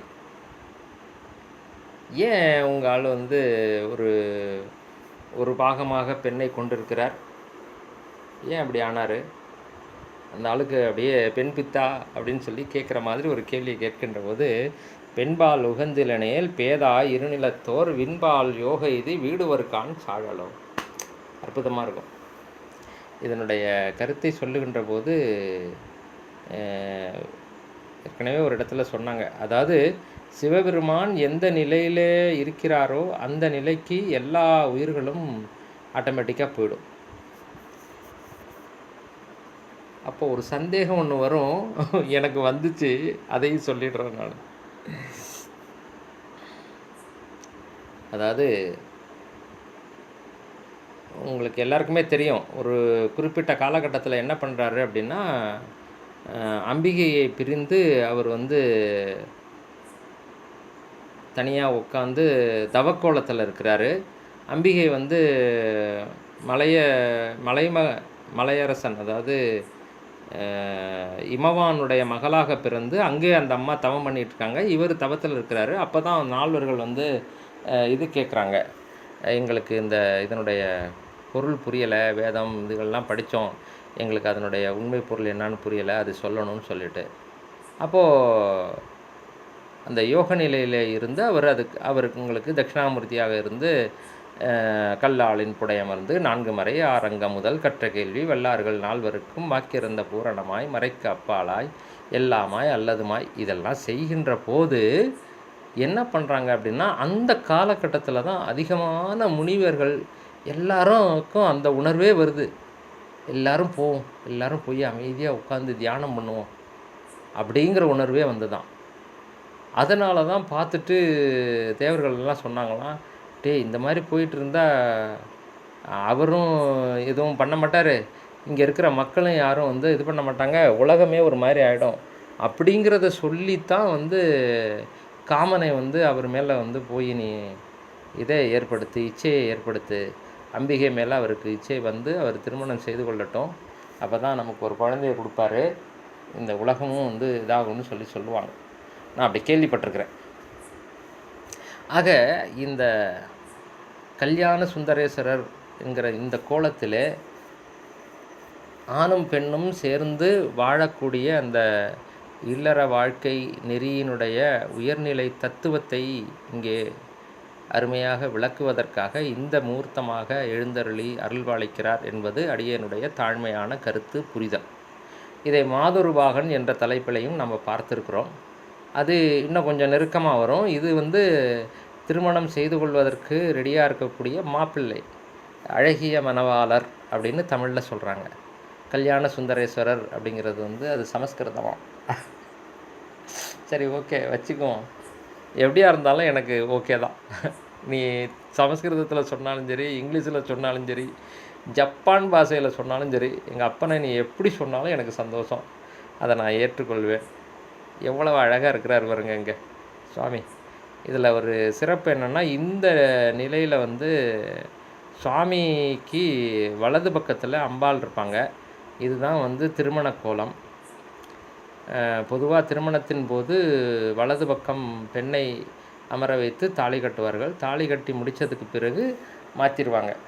இடது பக்கம் பெண் வந்து விட்டாள் என்றால் அவள் திருமணமானவள், இவங்களுக்கும் அவங்களுக்கும் கல்யாணம் ஆகிடுச்சின்னு அர்த்தம். வலது பக்கம் நிற்கிறான்னா கல்யாணம் இன்னும் ஆகலைன்னு அர்த்தம். அது நிறைய பேருக்கு புரிகிறதில்ல. இன்றைக்கும் ஃபோட்டோ எடுக்கணும்னா கணவனை இந்த பக்கம் வலது பக்கம் தள்ளிட்டு இவங்க வந்து நின்று எடுக்கணும். அப்படி எடுத்தால் தான் அவங்க கல்யாணம் ஆனவங்கன்னு அர்த்தம். இடது பக்கம் இவங்க வந்து நின்று எடுத்தாங்கன்னா இன்னும் கல்யாணம் ஆகலை அப்படின்ற உணர்வில் இருக்காங்கன்னு அர்த்தம். அது புரியலை, அதனுடைய பேசிக் என்னன்னு புரியலை. கல்யாணத்தப்பவே நான் ஒரு சில இடத்துல சொன்னேன், கல்யாணம் ஆன உடனே இப்படி மாற்றிக்கணுங்க அப்படின்ட்டு நாங்கள் யாரும் ஒன்றும் மாற்றலை. சரி ஓகே என்ஜாய் பண்ணிட்டோன்னு விட்டுட்டேன் நான். அது நார்மலாக அப்படி செய்யணும். திருமணம் ஆகும்போது தாலி கட்டுகின்ற வரைக்கும் பெண் வந்து வலது பக்கம், ஆணினுடைய வலது பக்கம் இருக்கணும். அந்த இதுகள் சடங்குகள் முடித்து அந்த அக்னி சுற்றி வந்ததுக்கு பிறகு என்ன ஆகணும்னா பெண் இடது பக்கம் வந்துடணும். அப்போ ஆண் வந்து அவளுக்கு வலதுகரமாக இருப்பான். அதுக்கு ஒரு சில விஷயங்கள்லாம் இருக்குது. இதையும் இந்த நாடி அதை நாடி அப்படிங்கிற அந்த இதில் பார்த்துருக்குறோம் நம்ம. சரவோட்டத்தில் வந்து பார்த்திங்கன்னா உங்களுக்கு வலதுகரமாக நிற்கிறவங்களுக்கு, வலது பக்கத்தில் நிற்கிறவங்கள வந்து நம்பலாம். சொல்லுவாங்கள்ல, இவன் என்னுடைய வலதுகரம் அப்படின்ட்டு. அப்படின்னா என்ன அர்த்தம்? மிகவும் நம்பகமான ஆள் என்று பொருள். அதாவது அந்த பெண்ணின் மேல் எனக்கு முழுமையான நம்பிக்கை இருக்கிறது அப்படிங்கிறதுனால தான் வலது பக்கத்தில் நிறுத்துறது. நம்பித்தான் கல்யாணம் பண்ணிக்கிறான். இந்த சிரிப்பை வித்தியாசமாக எடுத்துக்காதீங்க நீங்கள். அதற்கு பிறகு அந்த கணவனானவன் இவளுக்கு நம்பிக்கை உரியவனாக மாறுகிறான். அதனால் இப்படி மாறிக்கணும்.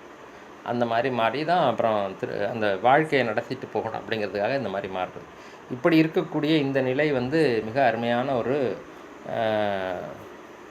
திருமண கோலத்தில் அழகிய மணவாளராக பெருமான் காட்சி தரக்கூடிய இந்த வடிவம் வந்து கல்யாண சுந்தரேஸ்வரர் வடிவம். உடனே எனக்குமே முதல்ல என்ன தோணுச்சு அப்படின்னா, சுந்தரேஸ்வரர் அப்படின்னாலே சொக்கநாதர் பெருமான், சுந்தரேஸ்வரர் அப்படின்னா வந்து மதுரையில் இருந்ததான்ட்டு இல்லை. சுந்தரர், சுந்தரம் அப்படின்னாலே அழகு என்று பொருள். அழகிய மணவாளர். பார்வதியை கல்யாணம் பண்ணிக்கும் போதும் அவர் அழகிய மணவாளர் தான். இங்கே மதுரையில் மீனாட்சி அம்மாவை கல்யாணம் பண்ணிக்கும் போதும், அதுவும் அதே சக்தி தானே, கல்யாணம் பண்ணிக்கும் போதும் அவர் அழகிய சுந்தரேஸ்வரர் தான். அதனால் எல்லாமே வந்து அழகிய சுந்தரேஸ்வரர் அல்லது கல்யாண சுந்தரேஸ்வரராக இருக்கக்கூடிய அந்த வடிவத்தை தான் குறிக்கின்றன. இதிலிருந்து பெருமான் என்ன சொல்ல வருகிறார் என்றால், ஏன்னா இது வந்து மேல்நிலையில் இருக்கக்கூடிய முகத்திலிருந்து வந்ததில்லை. அதனால் ஆண் பெண் அந்த இல்லறம் என்பது உயர்ந்தது, அதை அனைவரும் ஏற்றுக்கொள்ள வேண்டும். ஏன்னா சமணத்தில் இருந்தவங்கெல்லாம் ரொம்ப ஈஸியாக அதை தட்டி விட்டானுங்க. அது தப்பு, அது கூடாது அப்படின்னு சொல்லிவிட்டு அதை வந்து தட்டி விட்டானுங்க. அப்படியெல்லாம் கிடையாது. இது வந்து ஒரு உயர்நிலை விஷயந்தான். இருவரும் மனமொத்து இருந்து அவர்கள் குழந்தைகளை பெற்று வளர்த்து ஆளாக்குகின்ற போது அவர்களுக்கு அந்த இதுகள்லாம் வர ஆரம்பிக்கும். தான் ஏன் பிறந்தோம், எப்படி பிறந்தோம், நம்ம எப்படி வந்தோம், முதல்ல ஆன்மாக்களாக இருந்து எப்படி வந்தோம், இந்த சோமாஸ்கந்தர் ரூபம்லாம் வரும். அதெல்லாம் வருவதற்கு அடிப்படையாக இருக்கக்கூடிய இந்த அழகிய மணவாளன் என்கிற கல்யாண சுந்தரேஸ்வரர் திருக்கோலம் அற்புதமான ஒரு திருக்கோலம். அதை பற்றி இவங்க என்ன சொல்லியிருக்காங்க அப்படிங்கிறத நான் படிச்சிடுறேன். கல்யாண சுந்தரமூர்த்தி 49.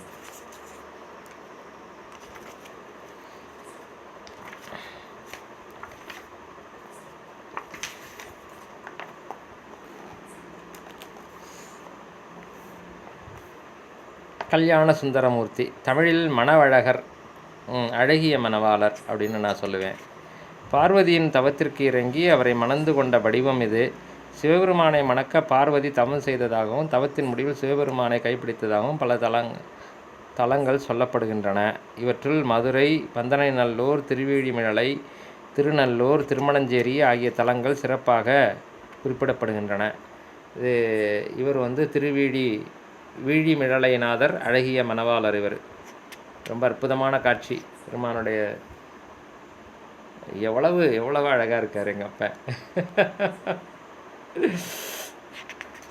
பார்த்து ரசிக்கிற மாதிரி இருக்கிறார். அதுக்கு தான் அவர் அழகிய மணவாளரை. பர்வத மன்னனின் மகளாக பார்வதி பிறந்தால் சிவனை அடைய தவம் இருந்தால் தவத்தின் பயனாக சிவபெருமானும் இடப்பத்துடன் தோன்றி விரைவில் உன்னை மணப்பேன் என்று அருளினார். செய்தியை பார்வதி தன் தந்தையாகிய பர்வதராஜனிடம் சொன்னால் சிவபெருமான் கைலாயம் சென்று சப்தரிஷிகள் அவர்களிடம் சொன்னார். இரு வீட்டாரும் மனம் பேசி நாள் குறித்தார்கள். பங்குனி உத்திர நாள் அன்று, பங்குனி உத்திரத்தன்னைக்கு கல்யாணம் அவங்களுக்கு. எல்லோரும் சிவன் பார்வதி தெய்வ திருமணம் காண கைலாயம் சென்றார்கள்.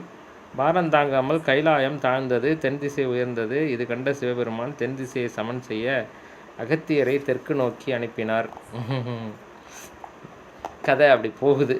சரி, இதை நோட் பண்ணிக்கோங்க. ஏன்னா இதை பற்றி நம்ம ஏற்கனவே பேசியிருக்கிறோம்.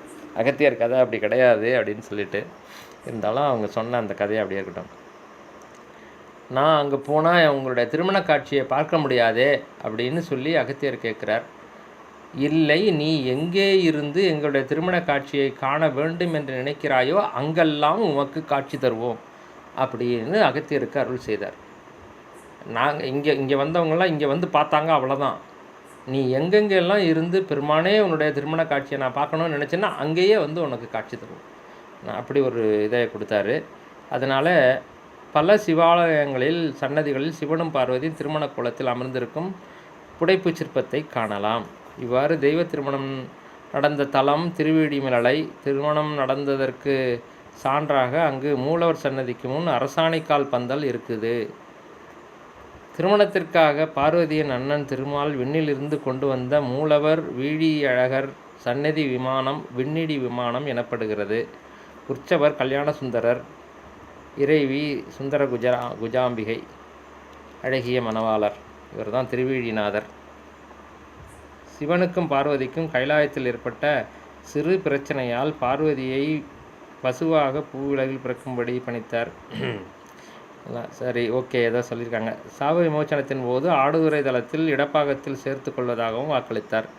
இதனால் தேரெழுந்தூரில் பார்வதி தேவி பசுவாக வாழ்ந்து வர அண்ணன் மகாவிஷ்ணு தங்கைக்கு துணையாக அங்கு ஆமரு வியப்பனாக கோவில் கொண்டார். சாப விமோச்சன காலத்தில் திருத்துருத்தி என்னும் பாபநாசத்தில் கும்பகோணம் அருகே உள்ளது. வரத மகரிஷியின் பெண்ணாக பார்வதி தேவியார் அவதரித்தார். அவரை சிவபெருமான் திருமணஞ்சேரியில் கல்யாண சுந்தரராக எழுந்தருளி கைப்பிடித்தார். இது திருமணஞ்சேரியோடைய கதையை சொல்கிறாங்க. அடுத்து மதுரை மீனாட்சி அம்மன் கோயில் அப்படின்னாலே அண்ணன் திருமால் தாரை வார்க்க சிவனும் பார்வதியும் கைப்பிடிக்கும் திருமண கோல சிற்பம் தான் நினைவுக்கு வரும். இந்த கோலம் ரொம்ப அற்புதமான திருக்கோலம். இதுதான் இங்கு வடமொழியில் எழுதப்பட்ட மதுரையின் புராணமாகிய ஹாலாஸ்ய மகாத்மியத்தை அடிவற்றி திருவிளையாடல் புராண கதையில் திருமண நிகழ்வு சொல்லப்பட்டுள்ளது. மலையத்துவச மன்னனுக்கு மீனாட்சி தடாதகை பிராட்டி என்ற பெயரில் பிறக்கிறாள் இல்லை, அது இவர் மதங்கமா முனிவர் புத்திரகாமேஷ்டி யாகம் பண்ணி அந்த யாகத்திலிருந்து தோன்றுகிற பெண். வீரத்துடன் வளர்க்கப்படும் அவள் பல போரை சந்தித்து வெற்றி பெறுகிறாள். கடைசியில் இறைவனுடன் போரிட்டு தோல்வியடைந்து இதனால் சிவபெருமான் முன் நாணி தலை குனிகிறாள். இருவருக்கும் திருமணம் நடைபெறுகிறது. இங்கும் இறைவன் கல்யாண சுந்தரர் என்றே பெயர் பெறுகிறார். கல்யாண சுந்தரர் குலத்தில் இறைவனின் முன் இடதுகரம்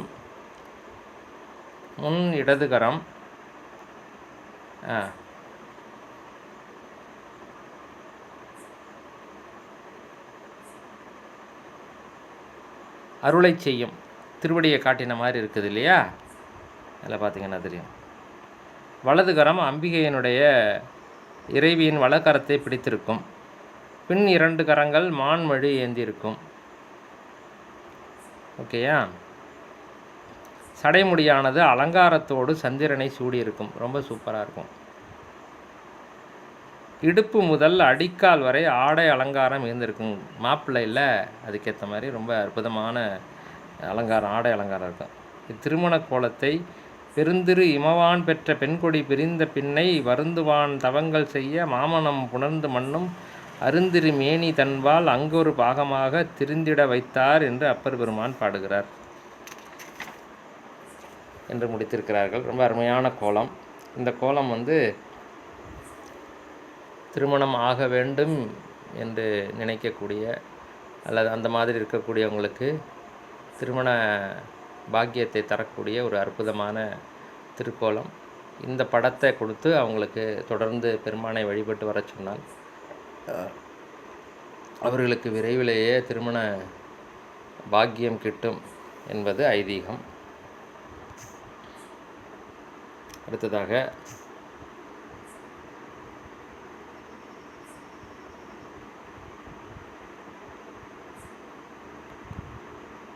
சந்திரசேகரர் ரொம்ப அருமையான ஒரு மூர்த்தம். இதனுடைய விளக்கத்தை நாம் நிறைய விஷயம் இது பற்றி சந்திரனை அவர் சூடியிருக்கக்கூடிய அந்த கதையை பற்றி நம்ம ஏற்கனவே விரிவாக பித்தா பிறை சூடி என்கிற கதையாம் கரணமாம் அதில் நல்லாவே விளக்கமாக பார்த்துருக்குறோம்.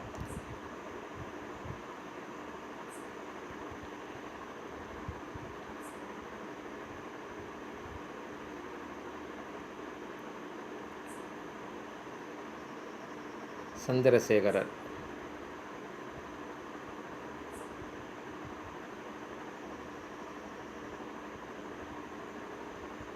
பெருமான் சந்திரசேகரராக அமர்ந்திருக்கக்கூடிய அருமையான காட்சி இது.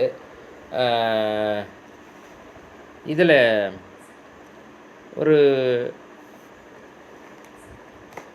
அடிஷனல் விஷயத்தை மட்டும் எனக்கு இப்போ தெரிஞ்சதை, ஏன்னா இப்போது சந்திரனை தலையில் சூடினார் அப்படின்றது உங்களுக்கு எல்லாருக்குமே தெரியும். தக்ஷன் தன்னுடைய 27 நட்சத்திரங்கள் தங்களுடைய பிள்ளைங்களை எல்லாத்தையுமே சந்திரனுக்கு திருமணம் செய்து வைத்து நல்ல விதமாக பார்த்துக்கடா, ஒழுங்காயிருடான்னு சொன்னார். இவன் அப்படி தான் இருந்துக்கிட்டு இருந்தான். அப்புறமா என்னாச்சுன்னா கார்த்திகை ரோகிணி 2 பிள்ளைங்க மேலே மட்டும் ரொம்ப ஆசையாக இருந்துட்டு மற்ற பிள்ளைங்களை எல்லாம் கொஞ்சம் உதாசீனப்படுத்தினோடனே 25 பிள்ளைங்களும் போய் அழுவுதுங்க. அப்போ இது மாதிரி பண்ணுறாருன்னொன்னே உடனே கோவப்பட்டு சபிச்சிட்றான். ரொம்ப அழகாக இருக்கிறவனு தானடா ஆடிட்டு திரிகிற, உன்னுடைய கலைகள் ஒவ்வொன்றாக நாளுக்கு ஒன்றாக தேய்ந்து அழிந்து போக கடவுது அப்படின்னு அவனுக்கு சபிச்சிடுறாரு. எல்லா கலைகளும் அழிந்து ஒற்றை கலையாக போய் சிவபெருமான் காலடியில் விழுந்தவுடனே அவர் தூக்கி தலையில் வச்சுக்கிட்டாரு அப்படின்னு சொல்வதன் மூலமாக இது வெறுமனே அந்த கதைக்குரிய சாதாரணமான கதையாக இல்லாமல் நமக்கு ஆன்மாக்களை உணர்த்தக்கூடிய ஒரு அற்புதமான ஒரு கதை என்று பித்தா பிறை சூடி என்பதிலே பார்த்தோம்.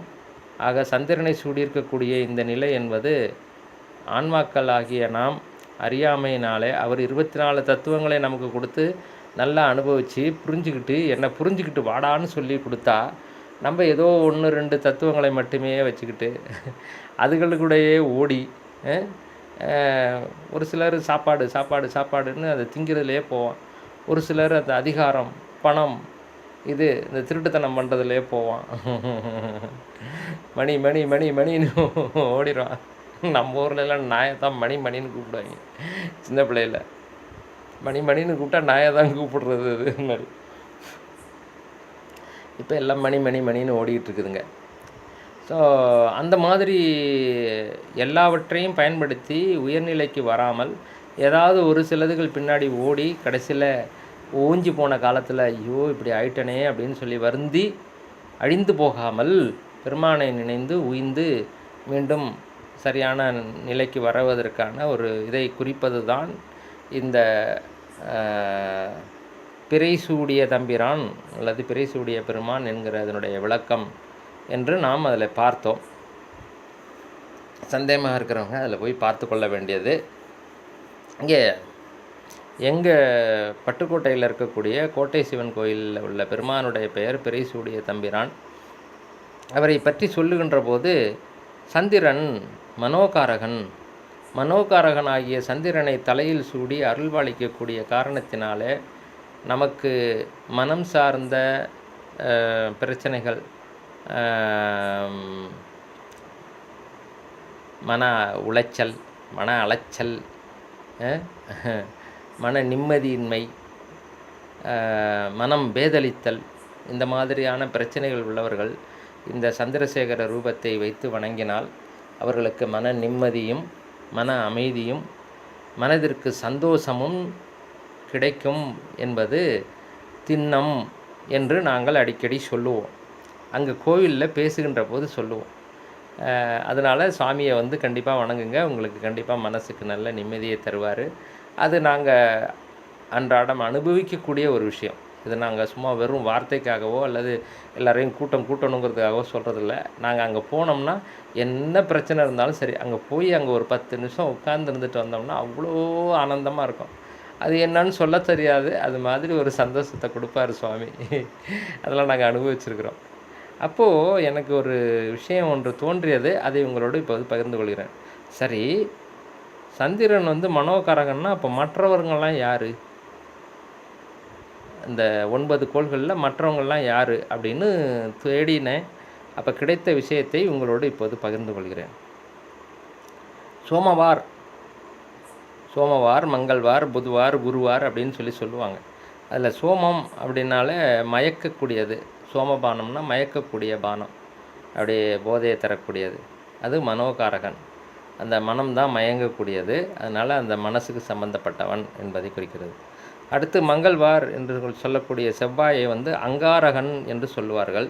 திருமணத்தை அவன் முடிவு செய்கின்ற காரணத்தினால அவனுக்கு வந்து இது செவ்வாய்க்கு வந்து இது மங்களகாரகன் அல்லது மங்கள்வார் அப்படின்னு சொல்கிறாங்க. செவ்வாயைத்தான் அப்படி சொல்கிறாங்க. அங்காரகன் அங்கத்தினுடைய காரகன், இந்த உடலுக்கு காரகனாக இருக்கின்ற காரணத்தினால அவர் வந்து இரத்தத்துக்கு தொடர்புடையவர். சிகப்பாக இருக்கிறாரு, இரத்தத்துக்கு தொடர்புடையவர். இந்த இரத்தத்தில் ஓ, ஏ, பி, ஏபி அது மாதிரி நிறைய பிரிவுகள், குரூப்ஸ் இருக்குது. அதுக்கு அடுத்தது வரக்கூடிய RH டைப் அப்படின்னு சொல்லிட்டு ஒன்று இருக்கும். அது எல்லாமே பாசிட்டிவாக வரும். O positive, A positive, B positive, AB positive அப்படின்னு எல்லாத்துக்கும் வரும். இதில் நெகட்டிவ் வந்ததுன்னா அதுக்கு வந்து செவ்வாய் தோஷம் என்று பெயர். அது நெகட்டிவாக இருக்கிறவங்களுக்கு செவ்வாய் தோஷம் இருக்குதுன்னு சொல்லி சரியான கணிப்பில் கணித்தவங்க சொல்லிவிடுவாங்க. அவங்களுக்கு நெகட்டிவில் இருக்கும் மோஸ்ட்லி. இப்போ நிறைய பேர் சரியாக கணிக்கிறதில்ல, அல்லது அந்த டைம் சரியாக கொடுக்குறதில்ல. அந்த மாதிரியான பிரச்சனைகள்னால அது செவ்வாய் தோஷம் இருக்கும்பாங்க, இல்லைம்பாங்க, அப்படியே கொஞ்சம் குழப்பிக்கிட்டு இருப்பாங்க. நிறைய பேருக்கு அது கணிக்க தெரியலை, அதனால் கொஞ்சம் குழப்பங்கள்லாம் இருக்குது. சரியாக கணிச்சான்னா அந்த நெகட்டிவை வந்து கரெக்டாக கண்டுபிடிச்சிருவாங்க. நெகட்டிவில் இருந்ததுன்னா அதே மாதிரி நெகட்டிவில், அதாவது RH டைப் நெகட்டிவாக இருக்கக்கூடியவங்களோட சேர்ந்தால் தான் பிறக்கக்கூடிய குழந்தையும் நெகட்டிவாக வரும். அப்போ ஒன்றும் தொந்தரவு இருக்காது. ஒரு பக்கம் பாசிட்டிவாகவும் ஒரு பக்கம் நெகட்டிவாக இருக்கும்போது குழந்தை பாசிட்டிவாகவோ நெகட்டிவாகவோ மாறி வந்ததுன்னா அந்த தாயினுடைய உடலில் இருக்கக்கூடிய இரத்தமும் இந்த இரத்தமும் ஒன்றா கலக்காது. அது குழந்தை பிறக்கின்ற போது இந்த ரெண்டும் ஒன்றா கலந்துச்சுன்னா 2 பேரில் யாருடைய உயிரையாவது அது பாதிக்கும். அதனால தான் வந்து திருமணம் செய்து அவர்கள் உத்திர பாக்கியத்தோடு வாழ முடியாது என்கிற காரணத்தினால செவ்வாய் தோஷம் இருக்கிறவங்களுக்கு செவ்வாய் தோஷம் உள்ளவங்களையே திருமணம் செய்து வைக்க வேண்டும் என்கிற அந்த ஒரு பழக்கமானது வந்தது என்பதையும் இந்த இடத்துல பதிவு செய்து கொள்கிறேன். அடுத்தது புதன் புத்தி சம்பந்தப்பட்டவர். அதனால் அவர் புத்திகாரகன். அவர் அந்த விஞ்ஞானம், இது வாணிகம், மற்ற இதுகள் என்ன சொல்கிறது,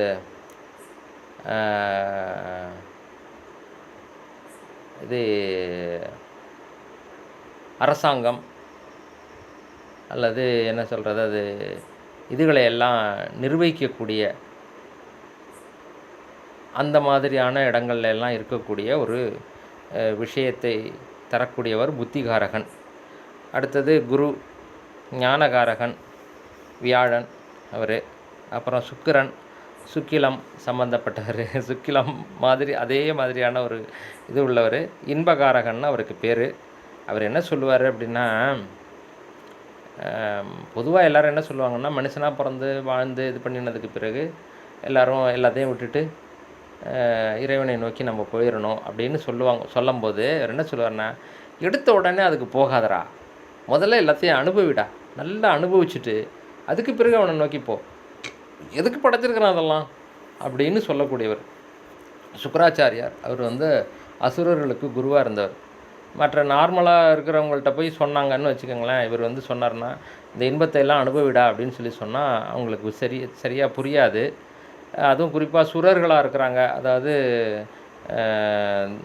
வேதத்தின்படி ஒழுக்கத்தோடு வாழணும்னு நினைக்கிறவங்களாம் என்ன பண்ணுவாங்கன்னா, ஆரம்பத்திலேருந்தே அந்த அனுஷ்டானம் மற்ற இதுகள்லாம் பண்ணி அந்த உலக இன்பத்தில் பெருமளவு நாட்டம் இல்லாதவர்களாக இருப்பார்கள். அதனால் அந்த பக்கமே அவர் போக மாட்டார். இவனுங்க நம்ம என்ன சொன்னாலும் கேட்க மாட்டானுங்க, நீங்கள் தாண்டா சரியான ஆட்கள், வாங்கடா இங்கே வர்றா, போய் சாமிகிட்ட கேளுங்கடா, கடவுள் வேணுங்கிறத தருவார்றா, வாங்கி நல்லா அனுபவிங்கடா, அனுபவிச்சுட்டு அதுக்கு பிறகு நீங்கள் போங்கடா அப்படின்னு இன்பத்தை தரக்கூடியவராக இருப்பார். இன்பகாரகன் அவருக்கு பேர் சுக்கிரன். அடுத்தது சனைச்சரன், அதான் சனீஸ்வரன் ஆயிடுச்சுது. மெதுவாக நகர்பவர், அவருக்கு பேர் ஆயுள்காரகன். அவரை ஞானகாரகன் என்றும் சொல்லுவார்கள். அதாவது ஞானத்தை தருவதற்காக ஆயுளை நீட்டிப்பதோ அல்லது ஞானம் வரவில்லை என்றால் அடித்து வெளுத்து ஆயுளை குறைக்கவோ முடியும். அந்த மாதிரி செய்யக்கூடியவர் சனி பகவான். அடுத்தது ஆதிவார் சூரியன், அவர் ஆன்மகாரகன். ராகு திரோபவம், மறைப்பு சக்தியாக இருந்து ஆசை, குறும்பு, பயம், அதிருப்தி, ஆவேசம், தந்தை வழிகாரகன், டிஎன்ஏ சம்பந்தப்பட்டதுன்னு சொல்கிறாங்க.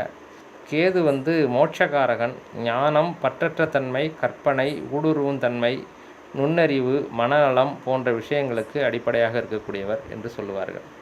ஆக இதெல்லாம் எதுக்காக சொல்கிறோம் அப்படின்னா, சந்திரன் மனோகாரகன். ஆகவே மனோகாரகனாகிய சந்திரனை தலையில் சூடியிருக்கக்கூடிய பெருமானை வழிபடுகின்ற போது நம்முடைய மனமானது தெளிவடைந்து அமைதியையும் சந்தோஷத்தையும் திருப்தியையும் நிறைவையும் அனுபவிக்கும் என்கிற காரணத்தினாலே மிகவும் சிறப்பான ஒரு வடிவம் சந்திரசேகரமூர்த்தி, சந்திரசேகர பெருமான். அவரை பற்றி என்ன சொல்லியிருக்காங்க அப்படிங்கிறத படிச்சுட்டு சந்திரசேகரமூர்த்தி 21.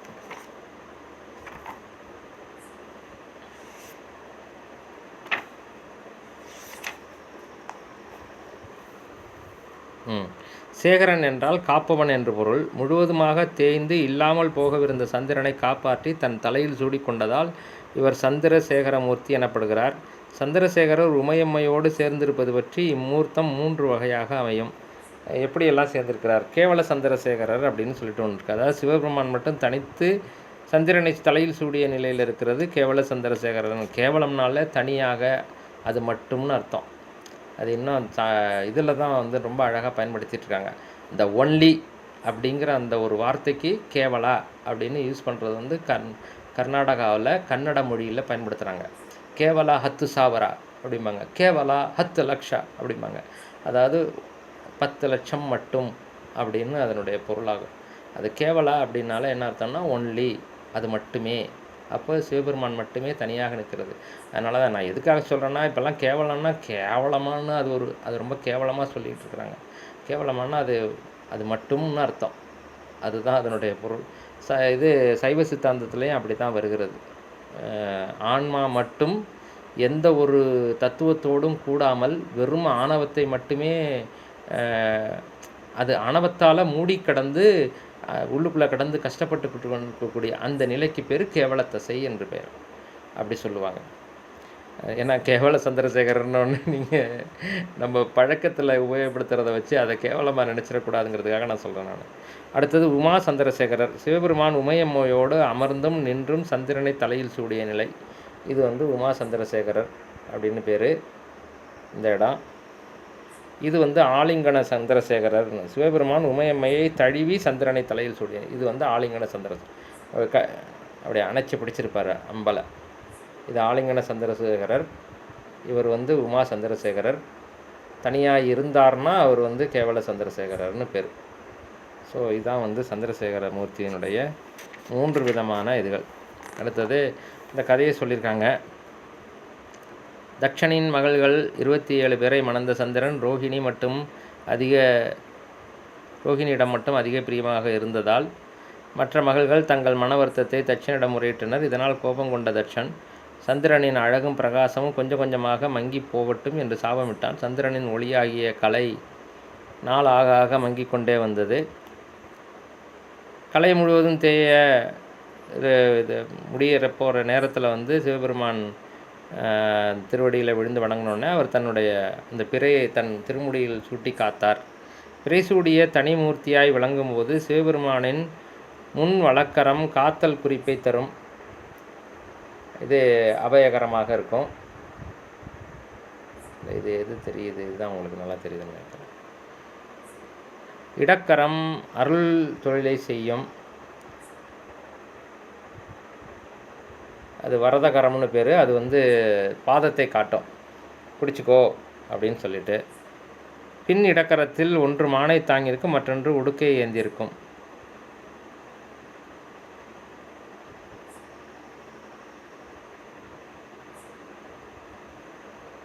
உடுக்கை இருக்கும் இசைக்கும் விரல்கள் கத்திரி போன்ற அமைப்பை கொண்டிருக்கும்.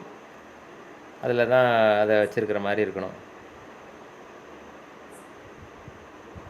சடைமுடியில் சந்திரன் பொழிவான், அது ரொம்ப முக்கியம். அது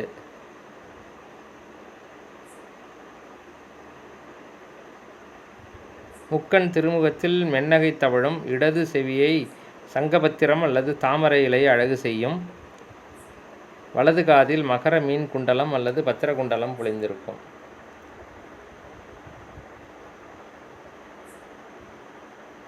இங்கே இருக்கு.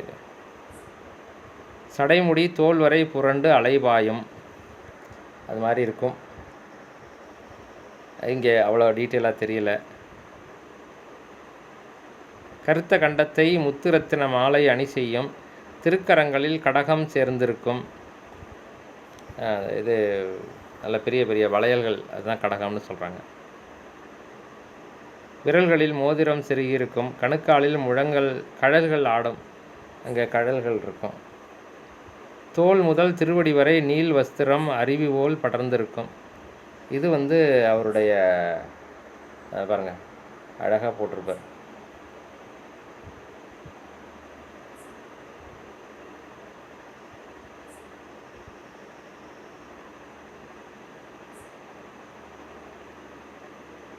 உமையம்மையோடு காட்சி அருளினால் சிவனின் இடக்கரம் அம்மையின் இடது மார்பை தழுவியவாறு இருக்கும். அம்மை தன் வலக்கரத்தில் தாமரை ஏந்திருப்பார். இந்த காட்சியை சொல்கிறார். இதில்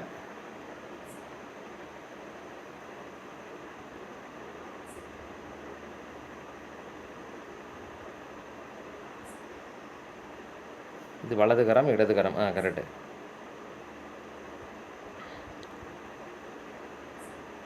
ஆலிங்கன மூர்த்தி என்பார்கள். சிவபெருமான் பிறைச்சந்திரனை திருமுடியில் சூட்டிய வடிவம் பழந்தமிழ் இலக்கியங்களில் பாடப்பட்டுள்ளது. சிலப்பதிகார ஆசிரியர் இளங்கோவடிகள் பிறைசூடிய பெருமானை பிறைமுடி கண்ணி பெரியோன் காடுகான் காதை 72 சொல்லியிருக்கிறாராம். தேவாரத்தில் பல இடங்களில் பிறைசூடிய பெருமான் புகழ் பாடப்படுகிறது. குறையார் மதிசூடி என பாடுகிறார் சம்பந்தர். மாதை பிறைக்கண்ணியானை என்பார் அப்பர். முதற்பாட்டை சுந்தரர் பித்தா பிறைசூடி என்றே தொடங்குகிறார். இதெல்லாம் நம்ம பித்தா பிறைசூடியில் பார்த்துருக்குறோம். ஆக இந்த பிறைசூடிய தம்பிரான் அல்லது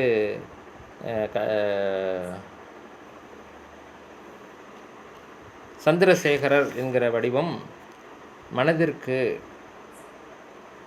மகிழ்ச்சியையும் நிறைவையும் சந்தோஷத்தையும் தரக்கூடிய ஒரு அற்புதமான வடிவம் என்பதை உணர்ந்து கொண்டு அதற்கு ஏற்ற மாதிரி நாம் ஒவ்வொரு நாளும் ஒவ்வொரு வடிவத்தை வழிபட்டு வணங்கி வரலாம்.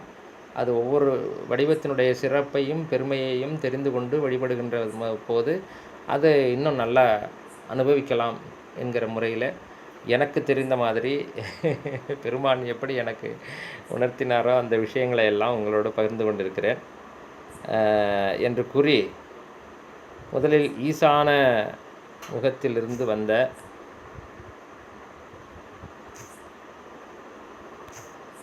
ஐந்து வடிவங்களில் 4 வடிவங்களை பற்றி சோமாஸ்கந்தர், ரிஷபாரூடர், கல்யாண சுந்தரர், சந்திரசேகரர் என்கிற இந்த 4 வடிவங்களை பற்றி இந்த பகுதியிலே விளக்கமாக பார்ப்பதற்கு பெருமானுடைய திருவருள் சிறப்பாக அருள் புரிந்தது. இதில் ஏதாவது சந்தேகங்கள் கேள்விகள் இருந்தால் இந்த டிஸ்கிரிப்ஷனில் நான் கொடுத்துருக்கிற நம்பருக்கு உங்களுடைய கேள்விகளையும் சந்தேகங்களையும் அனுப்பவும் என்று கூறி இந்த நிகழ்ச்சியை இத்துடன் நிறைவு செய்கிறேன். அடுத்த நிகழ்ச்சியில் மற்றும் அடுத்தடுத்த மகேஸ்வர வடிவங்களுடைய சிறப்பு அம்சங்களையும் பெருமைகளையும் இன்னும் சிறப்பாக பெருமான் திருவருளினாலே உங்களோடு பகிர்ந்து கொள்கிறேன். அடுத்தடுத்த வகுப்புகளில் சந்திப்போம். நன்றி, வணக்கம். திருச்சிற்றம்பலம். தென்னாடுடைய சிவனே போற்றி, எந்நாட்டவர்க்கும் இறைவா போற்றி.